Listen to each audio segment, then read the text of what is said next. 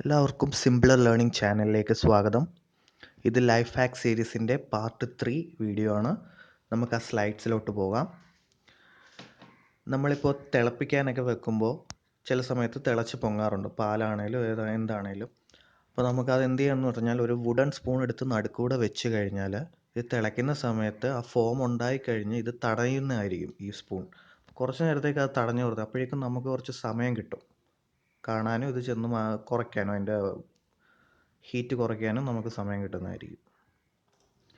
ഈ രണ്ടാമത്തെ സ്ലൈഡിൽ ഇപ്പോൾ നമ്മൾ എവിടെയെങ്കിലുമൊക്കെ പോവുകയാണെങ്കിൽ ചിലപ്പോൾ പ്ലഗ് പോയിൻ്റ് നല്ല മേളിലായിരിക്കും. അപ്പോൾ നമുക്ക് ടേബിൾ വരെ ചിലപ്പോൾ എത്തത്തില്ല, നമ്മുടെ കേബിളിന് ലെങ്തൊക്കെ കുറവായിരിക്കും. അങ്ങനെയൊക്കെയുള്ള ഒരു സിറ്റുവേഷൻ വരുവാണെങ്കിൽ ഈ രീതിയിൽ അഡ്ജസ്റ്റ് ചെയ്ത് വെക്കുവാണെങ്കിൽ ഫോൺ താഴെയും പോകത്തില്ല, നമുക്ക് ചാർജ് ചെയ്യാനും പറ്റുന്നതായിരിക്കും.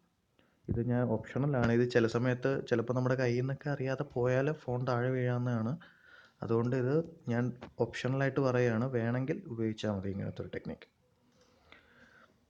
അതുപോലെ തന്നെ നമ്മൾ എവിടെയെങ്കിലും പോകുകയാണെങ്കിൽ അവിടെ ഇപ്പോൾ ചാർജർ നമ്മളിപ്പോൾ അത് വെക്കുന്ന രീതി ഞാൻ പറഞ്ഞു തന്നു. അതുപോലെ തന്നെ നമുക്ക് ആ പ്ലഗ് ഇല്ല, അല്ലെങ്കിൽ അങ്ങനെ പ്ലഗ് പോയിൻറ്റ്സ് ഇല്ല എന്നുള്ളൊരു സ്ഥലമോ, അല്ലെങ്കിൽ നമ്മുടെ കയ്യിൽ ആ കേബിൾ മാത്രമേ ഉള്ളൂ എന്നുള്ളൊരു സിറ്റുവേഷൻ വരുവാണെങ്കിൽ അവിടെ ടി വി ഉണ്ടെങ്കിൽ സാധാരണ പുതിയ ടി വികൾക്കൊക്കെ പുറകിൽ USB പോർട്ട് ഉണ്ടാവും.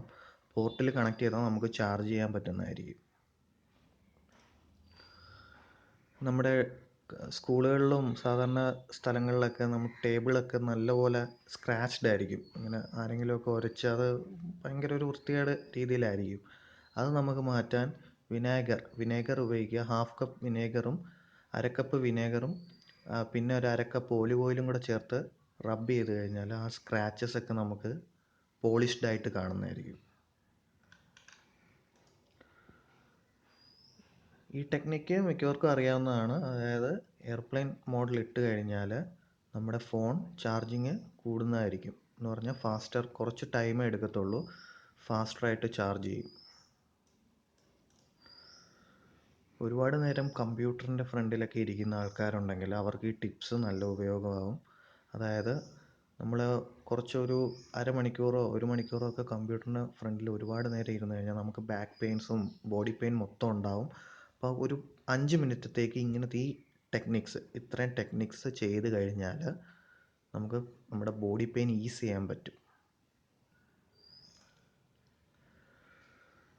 ഇതൊരു സൈക്കോളജിക്കൽ ട്രിക്കാണ്, അത് മൈൻഡ് ട്രിക്കാണ്. എന്ന് പറഞ്ഞാൽ ഇപ്പോൾ നമ്മളൊരു ദൂരയാത്രയ്ക്കൊക്കെ പോവുകയാണെങ്കിൽ നമ്മൾ ഡോർ ലോക്ക് ചെയ്തോ എന്ന് നമുക്ക് ഡൗട്ട് വരാറുണ്ട് പിന്നെ യാത്ര ചെയ്യുമ്പോൾ.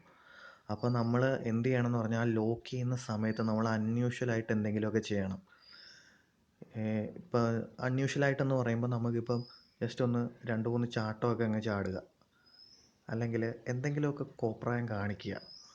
നമ്മുടെ മൈൻഡ് അത് ഓർക്കാൻ വേണ്ടി മാത്രമാണ്. അപ്പം നമ്മളത് ഡോർ ലോക്ക് ചെയ്തോ എന്ന് നമ്മൾ പിന്നീട് ആലോചിക്കുമ്പോൾ നമുക്ക് മനസ്സിലാവും, ശരി ഇന്നൊരു കോപ്രായമൊക്കെ കാണിച്ചായിരുന്നു ഞാൻ, അപ്പോൾ ചെയ്തിട്ടുണ്ട് എന്ന് നമുക്ക് മനസ്സിലാവും. അത് ജസ്റ്റ് ഒരു മൈൻഡ് ട്രിക്കാണ്, അത് നല്ല ഹെൽപ്ഫുള്ളായിരിക്കും. നമ്മളൊരു ബസ്സിൽ യാത്ര ചെയ്യുകയോ അതോ എവിടെയെങ്കിലുമൊക്കെ നമ്മൾ ഇരിക്കുകയാണെങ്കിലോ ബാഗൊക്കെ ആയിട്ട് ഇരിക്കുകയാണെങ്കിൽ നമുക്കത് ആരെങ്കിലുമൊക്കെ എടുത്തുകൊണ്ട് പോവുക, നമ്മൾ ഉറങ്ങിക്കഴിഞ്ഞാൽ എടുത്തുകൊണ്ട് പോവുക എന്നൊക്കെ നമുക്ക് ഒരു വിചാരം ഉണ്ടെങ്കിൽ താഴെയാണ് വെച്ചിരിക്കുന്നതെങ്കിൽ ആ കാല് നമുക്ക് ആ സ്ട്രാപ്പിൻ്റെ ഇടയ്ക്കൂടെ കയറ്റി വെക്കുക. മടിയിലാണ് വെക്കുന്നതെങ്കിൽ നമ്മുടെ കൈ ആ സ്ട്രാപ്പിൻ്റെ ഇടയ്ക്കൂടെ കയറ്റി വെക്കുക. ഇങ്ങനെ ചെയ്ത് കഴിഞ്ഞാൽ നമുക്ക് ആരെങ്കിലും എടുക്കുവാണെങ്കിൽ നമുക്കത് പെട്ടെന്ന് അറിയാൻ പറ്റുന്നതായിരിക്കും. ഇത് നമ്മുടെ ഹെഡ്ഫോൺസ് എങ്ങനെ നമുക്ക് ഐഡൻറ്റിഫൈ ചെയ്യാം, ഏതാണ് ലെഫ്റ്റ് ഏതാണ് റൈറ്റ്. അതായത് ലെഫ്റ്റിൻ്റെ അവിടെ ഒരു നോട്ട്, അതായത് ഒരു കുരുക്കിട്ട് കഴിഞ്ഞാൽ നമുക്കത് പെട്ടെന്ന് മനസ്സിലാവും ഏതാണ് ലെഫ്റ്റ് ഏതാണ് റൈറ്റ്, നമ്മൾ എടുത്തു നോക്കേണ്ട ആവശ്യം വരത്തില്ല. ഇത് ബേബി പൗഡർ കൊണ്ടുള്ളൊരു ടിപ്പാണ്. അത് ബേബി പൗഡർ ഉപയോഗിച്ച് കഴിഞ്ഞാൽ നമ്മുടെ ജ്വല്ലറി, അതായത് ചെയിനുകളോ മാലകളോ ഒക്കെ ഉണ്ടെങ്കിൽ ഉണ്ടാവുന്ന ആ ചെറിയ കുരുക്ക് അത് നമുക്ക് ബുദ്ധിമുട്ടാണ് സാധാരണ രീതിയിൽ എടുക്കാൻ. ബേബി പൗഡർ അതിലിട്ട് കഴിഞ്ഞാൽ അത് ഈസി ആയിട്ട് നമുക്ക് ഊരിയെടുക്കാൻ പറ്റുന്നതായിരിക്കും. ഈ വീഡിയോ എല്ലാവർക്കും ഇഷ്ടപ്പെട്ടു എന്നുണ്ടെങ്കിൽ ചാനൽ സബ്സ്ക്രൈബ് ചെയ്യുക, ഞങ്ങളുടെ ഈ വീഡിയോ ലൈക്ക് ചെയ്യുക. ഇനിയും ഇതുപോലുള്ള എക്സൈറ്റിംഗ് വീഡിയോസായിട്ട് ഞങ്ങൾ വീണ്ടും വരുന്നതായിരിക്കും. Thank you.